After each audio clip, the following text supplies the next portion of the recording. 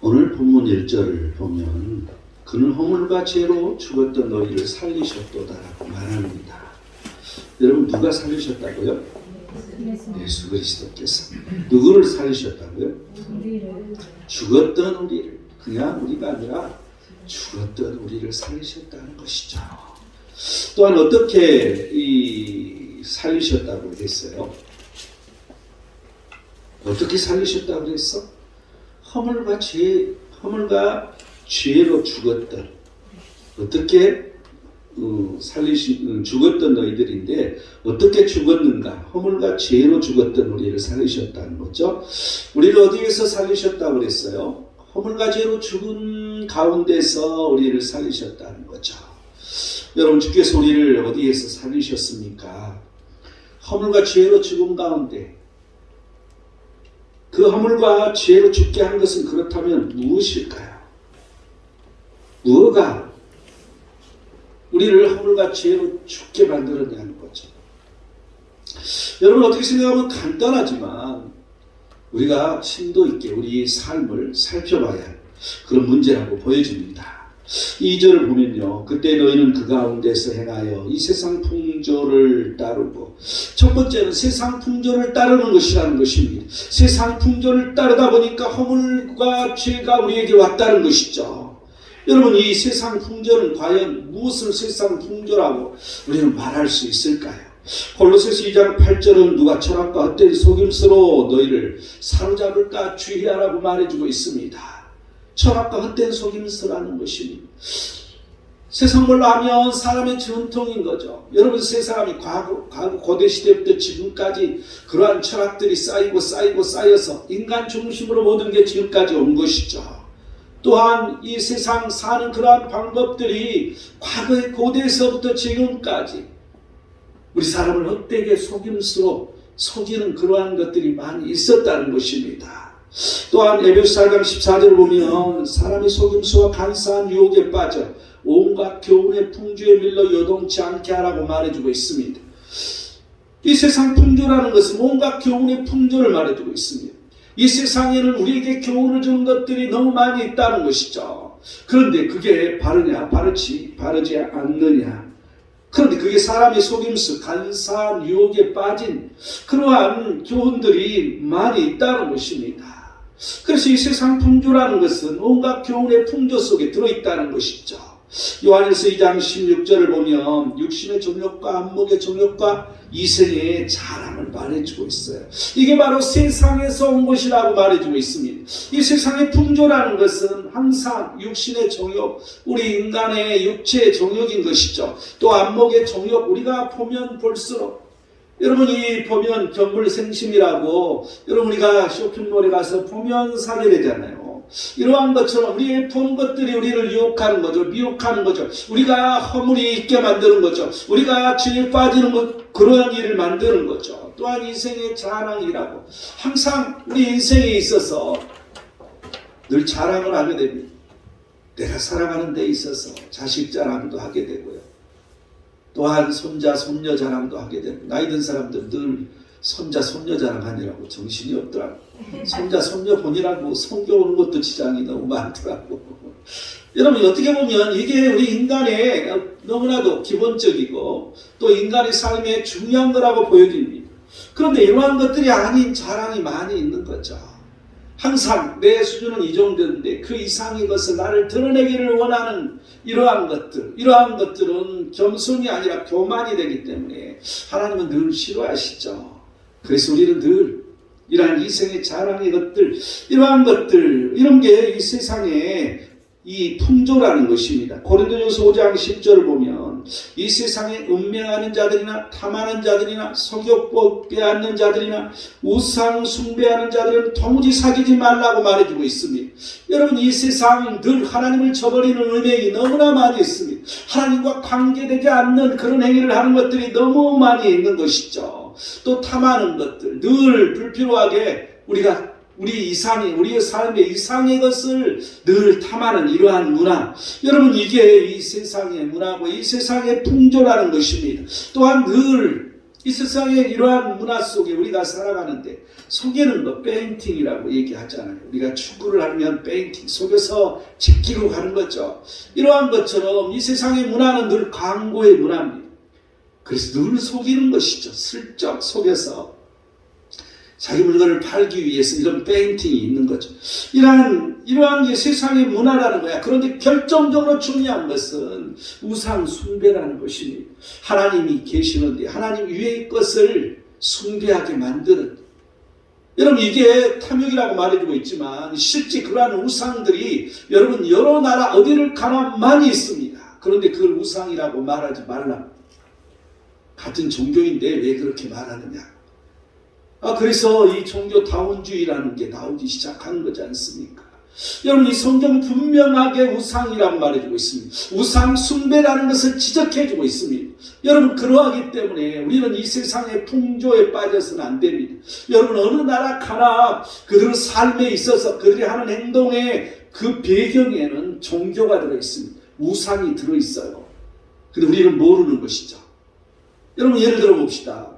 우리가 인도 가면 인사를 합니다. 남았을 때 여러분 인사말이 우리는 안녕하십니까? 왜 우리는 안녕하십니까요? 밤새 안 죽고 잘 살았습니까? 이 말이잖아요. 안녕. 괜찮습니까? 그런데 인도 사람들은 남았을 때 이 말이 뭔 말이냐면 당신의 신을 존경합니다는 뜻이요. 신들이 하도 많아가지고 당신이 섬기는 신을 존중합니다. 이런 뜻이야. 남았을 때. 여러분 이 언어 속에서 우리의 풍습 속에서 항상 우상의 어떤 종교들이 들어있는 것을 우리는 알 수 있어요. 여러분 우리도 이 나이 든 분들 이제는 거의 다 이제 돌아가신 세대가 되었지만 전생에 내가 무슨 죄가 많아서 이런 일을 내가 당하냐고. 여러분 이게 불교잖아요. 불교 사상이지 않습니까? 이처럼 이 언어나 이러한 세상의 어떠한 풍조 속에는 그런 우상이 너무나도 많이 들어있어요. 우리는 그러한 데서 그런 사상에서 젖어서는 안 된다는 것을 알 수가 있습니다. 마가복음 4장 19절을 보면 세상의 염려와 재물의 유혹과 기타의 욕심이 들어와 말씀을 막는다고. 여러분 이 세상은 늘 염려하게 돼 있어요. 급박하게 돌아가. 현대사회일수록 내가 먹고 사는데 너무나도 급박한 것이죠. 그래서 너무나 마음이 급해져, 너무 초조해져, 너무 불안 속에 살 수밖에 없는 거죠. 여러분 이러한 것들이 세상의 풍조예요. 또한 재물의 유혹. 우리는 늘 그만큼만 이 정도만 있으면 되는데 남들이 보니까 이 정도 많은 걸 가지고 살아. 그러니까 나도 그 많은 것을 원하게 되는 것이죠. 여러분 그러다 보면 사치가 오는 거고 그러다 보면 방탕이 오는 거지 않습니까? 이러한 재물의 유혹, 이러한 욕심들이 말씀을 우리가 받는데 막아버린다는 거죠. 말씀이 막히는 그러한 일이 생긴다는 것입니다. 고린도전서 2장 6절을 보면 이 세상에서 없어질 통치자들의 지혜를 말합니다. 이 세상에 없어질 통치자의 지혜. 여러분 이 리더십이라는 것은 항상 시대가 변함에 따라서 리더십은 다 바뀌어졌습니다. 그런데 요즘에 리더십은 섬김의 리더십이에요. 참 좋은 리더십이죠. 여러분 섬김의 리더십은 어디서 나와요? 기독교에서 이제 우리 이 크리스찬들에게 있어서 가장 중요한 포지션을 차지하고 있어요. 그런데 이 세상도 지금 이제 섬김의 리더십으로 가고 있어요. 그래서 내가 늘 사람들, 내 부하 직원도 섬기고, 지금은 이제 뭐 위에 사람을 쓰고 아래 사람을 섬기는, 그러지 않으면 분노가 표출돼서 나쁜 놈, 뭐 이렇게 되는 거야. 여러분 이 세상의 문화가 그런데 사실 그러냐는 거죠. 그런 척. 액션이죠, 액션. 이게 통치자들의 문화이지 않습니까? 통치자들의 지혜이지 않습니까? 그러다 보니까 이 세상 사람들이 다, 예를 들어서 대통령이 너 이랬다. 저 뻥이야. 저 사기치고 있어. 뭐 늘 이런 생각을 갖고 있는 사람들 마음이 그래. 이게 우리의 지금 세상의 풍조죠. 불신이지 않습니까? 여러분 이러한 불신의 풍조, 이것은 우리의 말씀을 막는 거거든요. 하나님 말씀은 늘 순리대로 가는 거고요. 말씀의 순리대로 가는 거. 그래서 말씀이 흘러가도록 우리는 만들어주는 거. 여러분 우리는 나를 통해서 말씀이 흘러서 이렇게 가야 돼요. 그런데 내게서 딱 막혀 있으면 말씀이 흘러가지 않는 거죠. 다른 사람들에게 흘러갈 수 있도록 만들어줘야 되는데 이런 세상의 지혜 이런 것들은 없어져. 여러분 우리나라는 불교의 나라였고 유교의 나라였습니다. 그런데 이 불교가 1000년 이상의 불교가 여러분 이조 시대에 와서 끊어지잖아요. 왜 그럴까요? 이건 통치자의 지혜입니다. 이 통치자가 이조 시대에 들어와서 유교의 개념을 도입해서 자기의 통치 이념으로 삼는 거죠. 여러분 이건 정치적인 이념이에요. 과거에 이 고려시대랄지 또한 이 신라시대랄지 이 사람들은 늘 이 불교를 가지고 통치 이념으로 삼았어요. 그래서 그들은 이 불교라는 이것을 지혜로 삼아서 통치를 하기 시작하는 것이죠. 여러분 이 백제 문화를 자세히 들여다보세요. 이 백제 문화를 보면 도교의 문화가 굉장히 많이 들어있어요. 도교 사상을 통해서 통치 이념으로 삼았다는 걸 볼 수 있어요. 또한 여러분 고구려를 보세요. 이 고구려의 문화는 주로 보면 전부 어떤 성기로 미신을 숭배하는 이러한 것들이 너무나도 강해요. 그래서 과거에 이 고구려 시대의 높은 관리들은 무당이어야 돼. 여러분 이 문, 무, 무당 이걸 세 가지를 겸해야 고구려 시대 관리가 될 수 있었어요. 그것은 이 통치 이념이 뭐냐에 따라서 사람들에게 뭔가를 집어넣어주고 그대로 따르도록 만들어주는 것. 여러분 인도 같은 데 카스트 제도가 있잖아요. 이 아리안족이 원래 거기에 사는 이 사람이 원래 종족이 있었는데 우리와 같은 우리 한국 사람하고 비슷한 종족이 살았어요. 그래서 그들은 산스크리트어를 사용하고 있었는데 그 언어가 우리나라 말하고 거의 비슷하다고 하잖아요. 그런데 이 아리안족들이 침입해서 그들을 점령했어. 그래서 와서 이렇게 보니까 이들을 지배하려면 뭘 어떻게 해야 될까? 그랬더니 얘들이 믿는 게 힌두교 사상을 믿고 있었어. 그래서 그들이 힌두교를 완성하는 게 카스트 제도야. 그래서 여러분 전생에 왜 내가 죄를 많이 졌어? 이게 윤회잖아요. 여러분 윤회는 불교의 문화가 아니라 힌두교의 문화예요. 그런데 그것을 이용해서 그들은 카스트 제도를 만든 거야. 니들은 전생에 죄가 많으니까 니들은 영원히 천민이야. 그런데 우리는 전생에 너무 좋은 일을 많이 해서 우리는 영원히 귀족이고 왕족이고 이걸 몇천 년을 만들어버린 거죠. 지금까지 그게 내려오고 있잖아요. 여러분 이것은 통치하기 위한 방법이에요. 종교를 이용하는 것이죠. 여러분 이러한 것들이 이 통치자의 지혜였던 거예요. 역사적으로 우리가 보면 이처럼 이 시대도 통치자의 지혜가 뭔가를 이용해서 드러내서 사람들의 마음이 그리 쏠리게 만드는 거죠. 여러분 이게 세상의 풍조라는 것입니다. 우리는 하나님의 말씀을 붙들고 살아야 되고 그러한 데 휩쓸리지 않아야 되고 그러한 정치인들의 사상에 휩쓸려서 가서는 안 되는 것이죠. 하나님 말씀만이 우리에게 존재해야 된다는 것입니다. 이 의미를 우리는 잘 생각해야 됩니다. 그렇다면 왜 세상 풍조는 안 되는 것일까? 로마서 5장 12절을 보면 한 사람으로 말미암아 죄가 세상에 들어오고 죄로 말미암아 사망이 들어왔으니 이와 같이 모든 사람이 죄를 지었으므로 사망이 모든 사람에게 이르렀느니라. 여러분 이 세상에 죄가 들어왔기 때문에 죄란 것들이 이 세상에서 사람들을 움직이고 있기 때문에 이 세상의 문화가 점점 죄로 빠지는 문화가 많이 있다는 것이죠. 여러분 그래서 세상 풍조를 따라서는 안 된다는 것입니다. 또한 로마서 5장 13절을 보면 율법이 없었을 때는 죄로 여기지 아니하였느니라. 하나님 말씀이 없었을 때는 죄를 죄로 여기지 않았다는 거죠. 여러분 이 세상의 문화는 나름대로 이 양심이라는 게 있었고 나름대로 도덕이라는 것을 가지고 있었어요. 그래서 이제 공통적으로 모두 다 전 세계 어느 문화든지 똑같이 공통적으로 표준이 된 게 살인하면 안 돼. 살인한 사람 죽여. 또 이 가족의 어떠한 이 질서를 파괴하는 것 이런 사람들은 혼을 내야 돼. 몇 가지를 가지고 있어. 한 4가지 정도를 가지고 있어. 이게 공통적인 인간의 개념이야. 그런데 그것만 가지고는 안 된다는 것이죠. 하나님의 말씀이 이건 죄야. 이건 잘못된 거야. 이것은 하나님 말씀이 어긋나기 때문에 지옥 가는 거야. 이런 표준이 없으면 그게 없으면 자기 마음대로 흘러가는 것이죠. 여러분 지금 이 세상에 이 죄들이 관영하는 이유는 바로 인간 중심으로 인간이 하나님보다도 더 높은 거죠.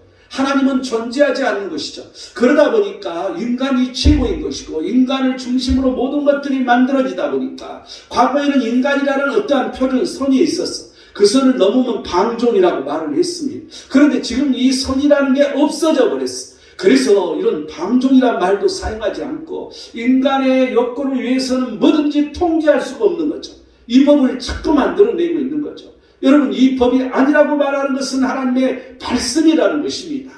그런데 이러한 것을 우리는 모르고 그냥 그 세상의 흐름에 따라가서 이런 위정자들 중에 이 기독교인이라고 말하는 사람들조차도 모든 하나님의 창조 질서에 어긋난 일들을 당연하다고 말하고 있는 것이죠. 너무나도 가슴 아픈 일인 것입니다. 고린도후서 4장 4절을 보면 이 세상의 신이 믿지 아니하는 자들의 마음을 혼미하게 하여, 여러분, 세상의 신이 혼미하게 한다는 것이죠. 여러분, 지금 이 시대의 종교다운주의야, 평등이야. 인간은 모두 평등해야 돼. 그런데 신도 평등해야지. 무슨 소리 하고 있어? 이게 우리의 지금 세상의 논리잖아요. 누구나 들어도 그게 맞는 말이야. 누가 말해도 지금 이 세상 사람들은 이게 맞는 말이에요. 그런데 하나님 말씀으로는 잘못된 것이죠. 너무나도 반대로 가고 있다는 거죠. 너무나도 정말 이 세상이 엉뚱하게 가고 있다는 거야. 그런데 이러한 이 세상의 신들, 그래서 자기 종교를 믿으니까 자기 종교대로 살아도록 내버려 두지, 왜 선교사가 가고 왜 선교하러 가고 그 정신 나간 짓이 아니냐고 우리 기독교인들 중에서 이렇게 말하는 어이없는 사람들이 많다는 것입니다. 너무나도 이 세상의 신들이 이 마음을 혼미하게 하고 있다는 것을 알아야 됩니다. 요한일서 4장 1절을 보면 이 영들을 다 믿지 말고 오직 영들이 하나님께 속하였나 분별하라고. 그 이유가 거짓 선지자가 세상에서 나왔기 때문에. 여러분, 이 거짓 선지자가, 여러분 거짓 선지자라고 해서 그냥 아주 나 거짓 선지자야 짠 하고 이렇게 다니는 게 아니라, 야, 나 목사야, 나 뭐 이런 어떤 종교의 어떤 지도자로 이렇게 나오는 것입니다. 그런데 그들이 이 거짓을 말하고 있는 거죠. 그래서 이 거짓 이 선지자가 세상에 나왔기 때문에 우리는 그런 세상 풍조를 따라서는 안 된다는 것입니다. 역대하 32장 19절을 보면 예루살렘이 하나님을 비방하기를 사람의 손으로 지은 세상 사람의 신들을 비방하듯 하였더라. 여러분, 지금 인간의 권리가 높아진 세상이기 때문에 신은 없다, 거짓이다, 모두 다 말하지 않습니까? 이처럼 하나님에 대해서도 야, 무슨 하나님이 있어? 지들만 믿어야 예수님 구원을 받는다고? 이거 거짓말이야. 이렇게 말할 수밖에 없는 거죠. 이런 시대가 되어 있다는 것입니다. 요한일서 4장 3절을 보면 적그리스도의 영이 세상에 왔다는 거죠. 이 적그리스도의 영이 이미 세상에 들어와 있기 때문에 우리는 세상 풍조를 따라서는 안 된다는 것을 우리는 명심히 해야 할 것입니다. 그렇다면 이 세상에 사는 성도들은 어떻게 살아야 하는 것일까? 갈라디아서 4장 3절은 우리도 어렸을 때 이 세상의 초동학문 아래에 있어서 종노릇 하였더니, 어렸을 때라는 것은 하나님을 알지 못하는 아주 이 지혜도 없고 너무나도 우둔한 이때를 말해주고 있지 않습니까? 이 세상의 초등학문에서 벗어나라는 것입니다. 이 세상의 풍조, 이 세상의 철학, 이 세상의 모든 학문들이 사람을 위한 학문이지만 필요한 것은 우리가 이렇게 섭취를 해야 되지만 하나님 그 이상에 서 있는 것들은 우리는 멀리 해야 된다는 것을, 벗어나야 된다는 것을 우리는 말해주고 있습니다. 로마서 12장 2절은 너희는 이 세대를 본받지 말고 변화를 받으라고 말해주고 있어요. 하나님의 온전한 뜻이 뭔지 분별하라고 말해주고 있어요. 항상 이 세대는 세상의 문화, 이 세상이 가지고 있는 어떤 풍조를 말해주고 있습니다. 그러한 것을 본받지 말고 우리 마음을 새롭게 해라는 거죠. 변화를 받아라는 것입니다. 하나님의 온전한 뜻을 분별해라고 말해주고 있습니다. 시편 19편 4절은 그의 소리가 온 땅에 통하고 그의 말씀이 세상 끝까지 이르도다.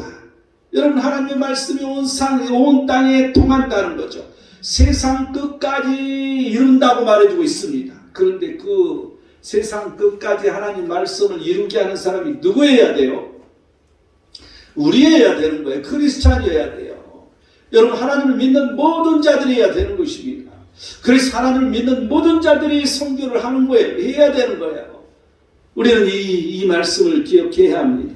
전도서 8장 14절을 보면 의인들의 행위에 따라 상을 받는 것을 여러분, 우리는 의인들의 행위에 따라 상을 받아야 되는, 악인이라고 말하는데 그들이 행위를 따라갔어. 그래서 상을 받더라는 거죠.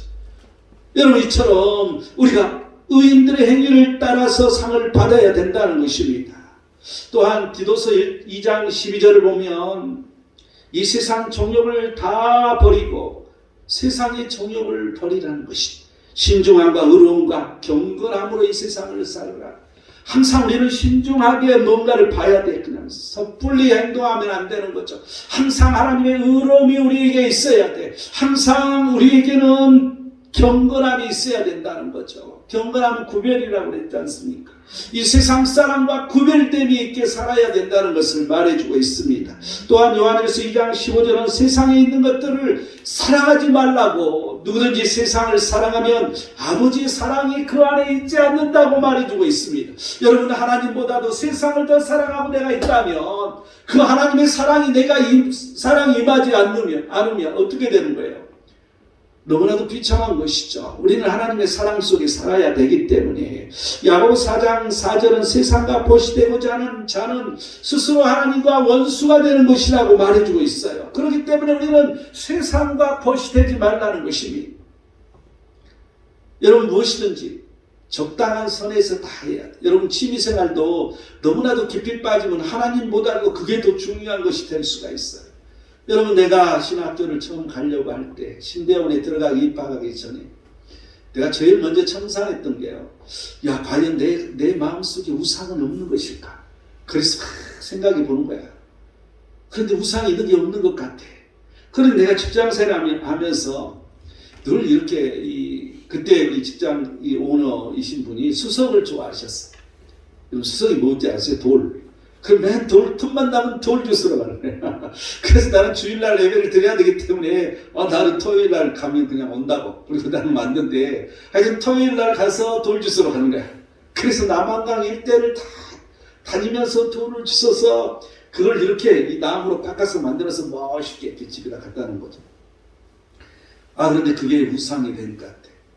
그리고 이 분재 같은 거 이렇게 그분을 따라서 같이 취미생활을 했는데 이게 또 우상이 되면 어떻게 하지? 그리고 그것부터 다 없앴어요.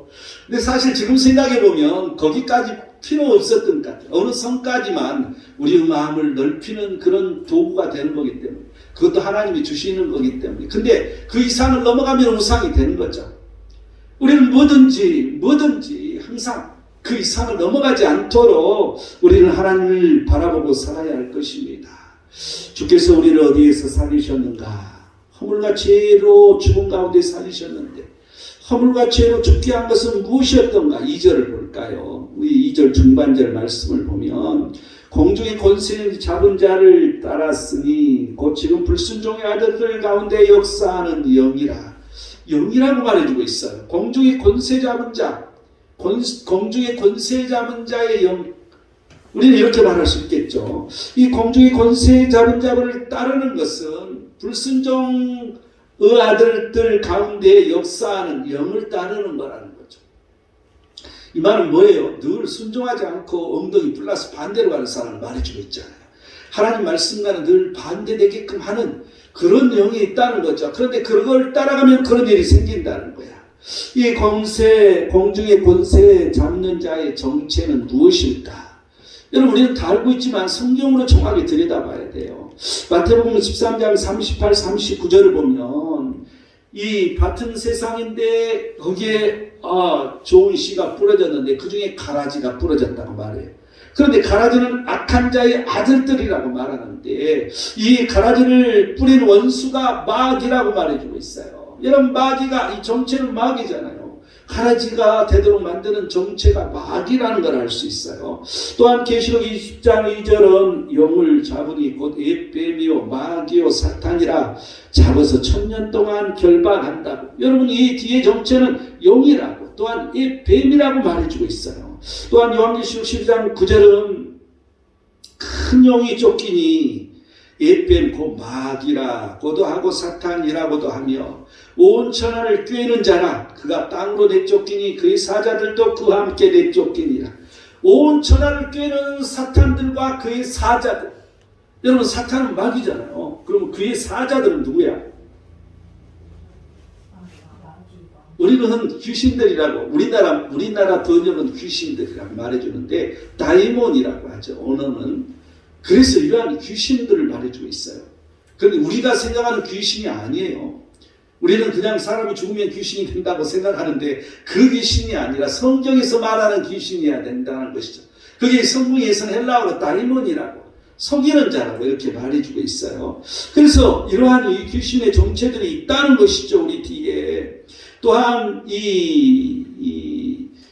공중 권세 잡는 자들의 어떠한 다른 이름들, 그리고 그들은 무엇을 하는 것인지 짧게 살펴보면 에베소 6장 12절을 보면 통치자들과 권세들과 이 어둠의 세상 주관자들과 하늘에 있는 악의 영들을 상대함이라. 우리가 씨름하는 것은 악의 영을 상대하는 것인데 악의 영이라고 표현하고 있잖아요. 그런데 통치자들과 권세들과 어둠의 주관자들의 배후라는 것이에요. 왜 통치자들이 엉뚱한 짓을, 못된 짓을 하고 하나님 말씀에 어긋난 짓을 하는 것인가? 이 어둠의 영이 뒤에서 작용하고 있다는 것이죠. 어떠한 권세들이 왜 그런 것인가? 어둠의 영이 들어있기 때문에 그러는 거예요. 요한계시록 16장 13절은 이제 이 개구리 같은 것이 이렇게 나타났는데 그 개구리 같은 그 새 더러운 영이 이제 나오는데 그게 어디서 나오냐? 용의 입에서 나온다. 또 짐승의 입에서 나온다. 또 거짓 선지자의 입에서 나온다. 여러분, 이게 더러운 영이라고 말해주고 있어요. 이게 뭐예요? 이건 쉽게 말하면 귀신들을 말해주고 있죠. 여러분, 그래서 어떤 거짓 선지자들이 있는 그러한 곳에 가면 귀신이 타는 거예요. 그런 공간에 갈 필요가 없어요. 가서도 안 되는 거야. 우리는 하나님 말씀이 아닌 그런 곳에 자꾸 들어갈 이유가 없어. 그런 데서는 어둠이 타는 거야. 같이 타는 거야. 같이 전염되는 것이죠. 여러분, 이 의미를 잘 우리는 생각해야 됩니다. 또한 시편 이사야서 29장 10절을 보면 잠들게 하는 영을 너희에게 부어주사 너희의 눈을 감기셨으니 선지자들과 선견자, 너희 지도자들인 선견자를 덮는다. 여러분, 선지자라고 지금 이 시대의 목사라고 다 온전한 게 아니라 잠들게 하는 영이 임하면 모두를 죽이는 일을 하는 것이죠. 이 잠들게 하는 영이 뭐예요? 영적으로 잠들게, 깊이 잠들게 하는 영이라고 그랬어요. 영적으로 깨우치지 못하도록 만드는 영이 있다는 거죠. 하나님 말씀을 아무리 봐도 깨우쳐지지를 않아. 여러분, 늘 내 경험을 이렇게 비춰보면 늘 밖에서 사람들 간에 부딪히고 사람들 간에 스트레스 받고 그러면 이 마음이 혼탁이잖아요. 그때 설교 준비하려고 들어와서 말씀을 보면 도무지 설교 준비가 안 돼요. 영적으로 흐려졌다는 것이죠. 영적으로 나를 흔들어버린 게 있다는 것이죠. 항상 우리는 그래서 영으로 맑은 곳을 다니는 게 중요하고, 그런데 그걸 어쩔 수가 없는 거죠. 이 세상에 우리는 살기 때문에. 그걸 빨리 혼탁한 그러한 영 속에서 나를 자꾸 바꿔야 되기 때문에, 나를 새 마음으로 자꾸 바꿔야 하기 때문에, 이것은 영적인 문제이기 때문에 늘 우리는 기도를 해야 된다는 걸 알 수 있어요.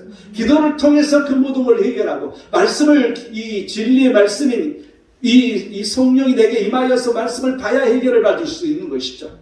우리는 이 뜻을 이해해야 됩니다. 요한일서 4장 6절을 보면 미혹의 영이라고 말해주고 있어요.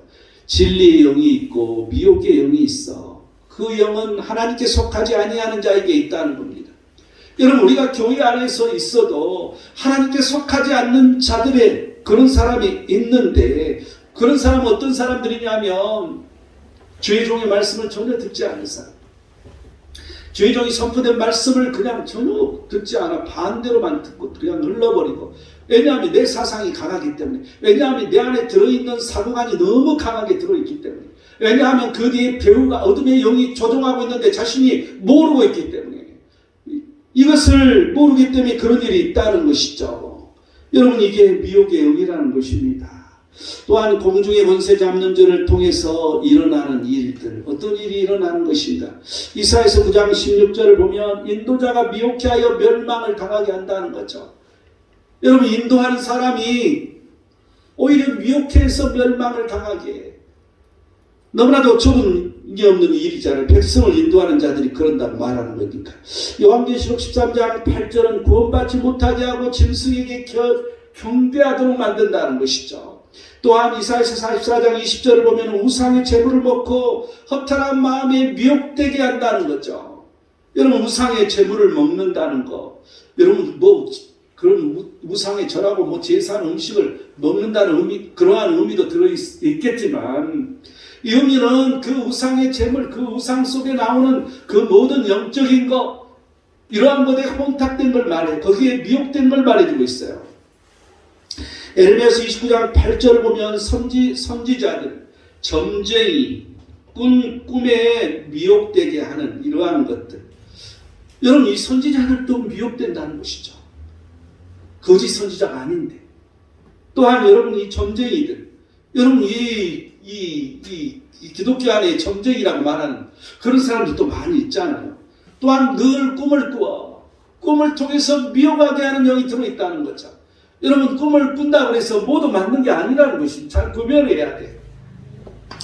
또한 에스겔서 14장 11절을 보면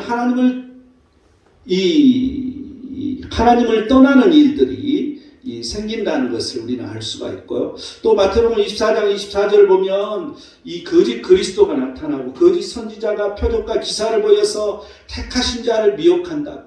여러분 이 마지막 세상에 올 수 있고 가면 갈수록 표적과 기사가 일어나요. 그런데 그게 거짓 선지자들이 그런 짓을 한다는 것이죠. 그래서 우리는 와, 저 사람이 뭐 기도했는데 다 맞췄어. 귀신같이 맞췄어. 그래서 거기를 막 따라가. 여러분 천만의 말씀. 이게 거짓 선지자들에게 일어난 일이라는 것을 분명하게 예언해 주고 있어요. 거짓 그리스도들에게 그런 일이 일어난다는 것을 분명하게 예수님은 말씀해 주고 계세요. 로마서 16장 17, 18절을 보면 이제 이 거짓 교사들이 나타나서 분쟁하게 하고 거칠게 하고, 여러분 우리 안에서 늘 사람을 분쟁하게 하고 서로 거칠게 이렇게 하는 사람이 있다면 그건 거짓 교사인 것이죠. 하나님 말씀을 믿고 살지만 순간 그 말씀에 엉뚱한 말씀에 미혹돼서 그런 일을 한다는 것입니다. 그런 사람들은 자기들의 배만 섬기고 교활한 말을 하고 아첨한 말로 순진한 자를 미혹한다고 말해주고 있어요. 항상 순진한 자들이 미혹된다는 것이죠. 왜 사람들은 이렇게 미혹되는 것일까? 야고보서 1장 14절은 미혹되는 책임은 자기인 거예요. 마귀가 귀신이 그랬는데요. 그게 아닌 거예요. 야고보서 1장 14절을 보면 각 사람이 시험을 받는 것은 자기 욕심에 끌려 미혹됨이니라. 자기 욕심이 드러나면 그 순간 미혹되는 것이라는 거죠. 베드로서 2장 15절을 보면 보울의 아들 발람의 길을 따른다고 말하면서 불의의 삭슬 사랑하다가 그렇게 됐다는 거죠. 불의의 삭슬 사랑하다가 여러분 정당하지 않는 그러한 불필요한 돈을 받을 필요는 없습니다. 이게 잘못되면 문제가 오는 것이죠. 요한계시록 13장 14절을 보면 이적을 행함으로 땅에 거하는 자를 미혹한다고. 여러분 항상 미혹이 이 이적을 행하는 짐승을 위하여 우상을 만들게 하는 이런 일이 결국은 벌어지는 거죠. 그런데 거기에 빠져서는 안 된다는 것을 우리가 알 수가 있습니다. 요한계시록 18장 2절을 보면 이제 큰 성 바벨론이 망하는 것을 말해주고 있어요. 여러분 이 바벨론이 요한계시록에 지금 이 망하는 게 나오는데 첫 번째는 예루살렘 성이 AD 70년에 망했어요. 이루어졌어요. 두 번째는 로마가 망했어요. 두 번째 이루어졌어요. 세 번째 이제 마지막 세상에 번영하는 이러한 국가들이나 세계 최강의 부를 누르는 국가들의 미래를 말해주고 있어요. 여러분 그가 누가 될지는 아무도 몰라요. 그런데 이 바벨론에 대해서 뭐라고 말하냐면 귀신의 초소라고 말해주고 있어요. 더러운 영이 모이는 것이라고 말해주고 있어요. 각종 더럽고 가증한 새들이 모이는 것이라고 말해주고 있어요. 여러분 항상 귀신의 초소가 있어요. 그건 간단한 게 아니에요. 그냥 쉬운 거야. 어떻게 보면 어려운 게 아니라 쉬운 거야. 그냥 알 수 있는 거야 우리가. 그래서 우리 말씀에 어긋나는 곳에는 갈 필요가 없어. 그곳은 귀신의 초소라고 보여져요. 여러분 늘 불필요한 말하고 누구 막 비난하고 누구 긁어내리고 이런 데 사람들이 모이면 금방 번지잖아요. 여러분 이게 어둠의 영이 작용하기 때문에 그러는 것이죠. 또 가증한 이 더러운 영들. 여러분 항상 더러운 영이 뭐예요? 말씀과는 다른 것을 말해주는 거죠. 그런 영들이 그런 사람들이 모이는 곳에 갈 필요가 없어요. 우리는 이 의미를 늘 생각해야 됩니다. 내가 이 대만 선교 갔을 때 거기는 이런 사찰이 이런 이 도덕격 그냥 뭐지 과거에 장자 이걸 섬기는 그런 곳이 있고, 그리고 공자를 섬기는 곳이 있고, 또 불교를 믿는 곳. 이것을 이 사찰에서 각각 그 행사를 하는 거예요. 그런데 이렇게 천막을 쳐놓고 내가 행하는 곳을 지나가는데, 와, 그 영이 얼마나 아주 세고 더러운지 이게 느껴지더라고. 내가 후토증이 나고, 그 옆에만 지나가는데도. 근데 사람들이 아침에 가기 전에, 출근하기 전에 거기 와서 이러고, 여기다 돈 바치고 이거 부자하고 그러고 가는 거야. 사람들이 신기하게 매일 그렇게 사람들이 와서 그렇게 한다는 거 아침마다. 근데 우리는 기도 안 하잖아요. 매일 기도해야 되는데 그 사람들은 매일 그거 하는 거야. 분양하고 돈 갖다 놔두고 분양하고 절하고 그러고 가더라고. 근데 그걸 보면서 참 더러운 것이라는 것이 이런 것이구나 하는 그런 생각을 내가 해보게 됐어요. 또 요한계시록 18장 23절을 보면 이제 이 바벨론이 망하고 나서 이 상인들이랄지 이런 왕족들을 이런 사람들에게 하는 말이 있어요. 너희 상인들은 땅의 왕족들이라. 내 복술로 말미암아 만국이 미혹되었도다. 내 복술로 말미암아 만국이 미혹되었다. 여러분 이게 뭘 말합니까? 세속주의입니다. 이건 만능 물질주의를 말해주고 있습니다. 복을 위해서 물질을 위해서만 존재하는, 그래서 이 교회에 물질을 위해서만 존재하고, 여러분 이 불교가 왜 잘 되는지 아십니까? 가서 돈을 갖다 바치면 복이 온다고 보는 것이죠. 여러분 일본에 가면 신사가 있어요. 그 신사 가서 보면 장관이 아니에요. 이 등 하나에 얼마. 그래서 각 회사 이름들이 다 적어졌어. 회사가 그냥 회사 사장이 와서 등 갖다 달고 돈 주는 거야. 그래서 자기 회사를 복을 빌어달라고. 그래서 수없이 한두 개도 아니야. 무지무지하게 많이 달려 있어요. 여러분 이러한 복수를 말해주고 있지. 이 세상이 자기 복을 위해서 사는 이 세상의 흐름으로만 가고 있다는 거죠. 여러분 이러한 것들이 결국은 이 세상을 망하게 하는 그런 일을 가져온다는 거. 이게 세속주의예요. 우리 성도들은 그러면 어떻게 살아야 되는 것일까? 요한일서 4장 1절을 보면 영들이 하나님께 속하였나 분별하라고 말해주고 있습니다. 고린도전서 12장 10절을 보면 진리의 성령으로 영들을 분별함이 나옵니다. 진리의 성령으로 우리가 영들을 분별할 수 있어야 우리는 된 것을 기억하시기 바랍니다. 주께서 우리를 어디에 살리셨는가? 마지막 세 번째 3절을 볼까요? 전에는 우리도 다 그 가운데서 우리 육체의 욕심을 따라 지내며 육체와 마음이 원하는 것을 하여 다른 이들과 같이 본질상 진노의 자녀이었더니, 진노의 자녀 세 번째, 하나님의 진노의 자녀에서 우리를 살리셨다는 것입니다. 이 진노의 자녀는 누구라고 말해주고 있어요? 욕심을 따라 지내는 사람, 육체의 마음이 원하는 것을 그냥 하는 그런 사람이라고 말해주고 있어요. 에베소 4장 22절은 유혹의 욕심을 따라 썩어져가는 구습을 따르는 옛사람이라고 말해줍니다. 여러분 내가 예수님 믿기 전과 예수님 믿고 나서는 달라져야 돼. 그런데 예수님 믿기 전에 그러한 모습 그대로 살고 있는 걸 말해주고 있죠. 또한 베드로후서 2장 14절을 보면 탐욕에 연단된 마음을 가진 자. 여러분 이 탐욕에 탐욕이 우상 숭배라고 말했죠. 그런데 그 욕심에 내 육체적인 욕심을 늘 탐하는, 그런데 연단이 돼 있다는 거죠. 참 말이 재밌잖아요. 말이 재밌기도 하고 무슨 말이 이렇게 꺼여서만 들었냐 이런 생각이 들기도 하고, 탐욕에 연단이 돼 있어. 그러니까 애지간해서는 전혀 양심이 가촉돼 있고 전혀 상관이 없는 거죠. 이러한 것을 위해서 하는 것이죠. 또한 유다서 1장 16절을 보면 원망과 불만을 토하는 자, 정욕대로 행하는 자, 자랑하는 말, 이익을 위하여 아첨하는 사람. 여러분 이러한 사람을 이제 이 진노의 자녀라는 것을 말해주고 있죠. 또한 요한복음 8장 44절을 보면 마귀의 욕심대로 행하는 자. 여러분 예수님은 마귀의 일을 멸하려고 오셨다고 말해주고 있어요. 그래서 그 이 마귀에 의해서 욕심대로 행하도록 마귀가 자꾸 뒤에서 재촉질을 하는 거죠. 이런 사람은 그 아비가 마귀라는 거야. 그래서 마귀에게 낫다는 것이죠. 이런 진노의 자녀였는데 하나님 우리를 살리셨다는 것입니다. 또한 로마서 6장 12절을 보면 몸의 사욕에 순종하지 말라고 말하며 우리가 몸의 사욕에 내 몸이 하자는 대로만 순종하는 사람, 여러분 이게 진노의 자녀라는 것입니다. 로마서 7장 18절을 보면 육신의 선이 없는 자, 항상 선이 없고 악한 생각이, 여러분 우리 마음속에 악한 생각이 자꾸 드는 것은 선이 없는 거잖아요. 이게 오염됐다는 거거든요. 그럼 자꾸 나를 바꿔야 돼. 자꾸 말씀으로 바꿔야 되고 기도로 바꿔야 되고, 그것도 안 되면 찬양을 늘 찬양 속에 살면 바꿔져요. 찬양도 부르는 말씀이기 때문에.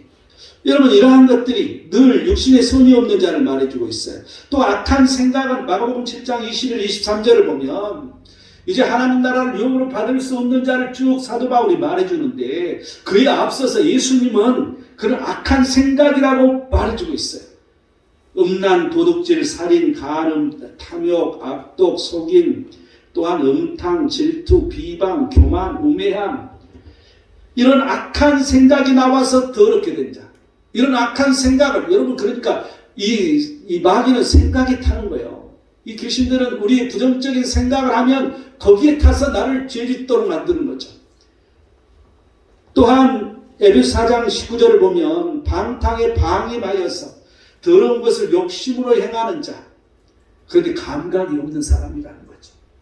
이 죄에 빠져 있는데도 그게 죄인지를 모르는 사람들, 감각을 잃어버렸어. 이런 사람들을 지금 말해주고 있습니다. 그렇다면 성도들은 어떻게 이러한 곳에 살아야 되는 것인가? 고린도후서 10장 1절을 보면 하나님을 두려워하여 육과 영의 온갖 더러운 것에서 자신을 깨끗하게 해야 된다는 거죠. 항상 내 영혼육이 깨끗해야 돼. 하나님을 두려워함으로 말미암아. 고린도전서 6장 9절에 11절을 보면 예수 그리스도의 이름과 성령 안에서 씻음과 거룩함과 의롭다 하심을 받아야 돼. 여러분 오직 성령의 예수 그리스도의 이름으로 성령이 내게 성령 세례를 받아야 되는 것이죠. 성령 세례 없는 사람들은 여러분 구원을 받을 수 없어. 거듭나지 않는 사람들은 여러분 구원을 받음이 없다는 것이죠. 여러분 의롭다함을 받아야 돼. 여러분 내가 임종기도를 할 때마다 보면 마지막 이렇게 돌아가시면서 그 자기의 믿음대로 내가 임종기도할 때 아멘하고 그걸 받아들인 사람들은 마지막 죽는 순간이 너무나도 편안하게 죽는다고 내 얘기를 들어요. 어제도 우리 이정옥 우리 집사님 어머님 임종기도를 내가 하면서 영상으로 내가 이렇게 보면서 참 안타까운 생각이 들었어요. 근데 이제 임종하시고 나서 전화가 왔는데 너무 편안하게 돌아가셨다. 여러분 이러한 믿음을 가지고 있어야 돼. 우리가 죽는 날에 여러분 우리가 대충 살고 아무렇게나 살면 그렇게 안 돼요. 많은 사람을 내가 임종 때 기도해봤지만 그렇지 못한 사람도 있더라는 것이죠. 항상 우리는 무장하고 살아야 돼. 말씀으로 무장해야 되고 성령으로 충만해 사는 사람들에게는 그런 편안함이 믿어져서 그대로 오는 것이죠. 여러분 우리는 이러한 것을 기억해야 됩니다. 이렇게 살아야 되는 거죠. 갈라디아서 5장 16, 17절은 육체의 욕심을 이루지 아니하리라고 말하는데 어떻게 하면 그렇게 되냐면 성령을 따라 행할 때 항상 우리는 성령 하나님이 진리의 성령 하나님이 우리에게 임해야 됩니다. 그래서 말씀과 성령으로 늘 우리는 같이 가야 되는 거죠. 요한복음 8장 12절은 나를 따르라고 여러분 우리는 예수 그리스도의 십자가를 짊어지고 그 하나님을 따라가야 되는 것입니다. 요한복음 14장 27절은 내가 주는 것은 세상이 주는 것 같지 아니하다고. 여러분 우리는 그리스도의 평안을 받아야 되는 것입니다. 여러분 그러할 때 우리는 진노의 자녀에서 우리는 이기는 자가 돼서 그 하나님의 복을 받는 그 하나님께서 우리를 이기시게 하시는 우리를 살리시는 그런 은혜가 충만하다는 것입니다. 결론을 맺겠습니다. 4절부터 7절까지 쭉 보면 이제 하나님은 세상 풍조에서 우리를 살리셨다고 그랬잖아요. 또한 공중의 권세 잡는 자를 따르던 우리를 살리셨다고 그랬잖아요. 진노의 자녀인 우리를 살리셨다고 그랬어요. 그런데 이 하나님의 그 큰 사랑으로 죽은 우리를 그리스도와 함께 살리신다는 걸 말해주고 있습니다. 죽은 우리를 일으켜서서 하늘에 앉혀온다고 말해주고 있습니다. 여러분 우리는 늘 천국 소망을 가지고 살고 있습니다. 그런데 이러한 데서 자유로워서 그 하나님의 우리의 소망대로 그 하나님의 뜻을 이루어서 이기는 자가 되시기를 축원드립니다. 기도하겠습니다. 하나님, 하나님께서 오늘 또 말씀하시니 우리가 아멘으로 하답하고 세상의 풍조에 빠지지 않으며 공중의 권세에 잡는 자들에게 빠지지 아니하고 진노의 자녀에서 이기는 자로 승리케 하시옵소서. 거룩하신 예수 그리스도의 이름으로 기도드립니다. 아멘.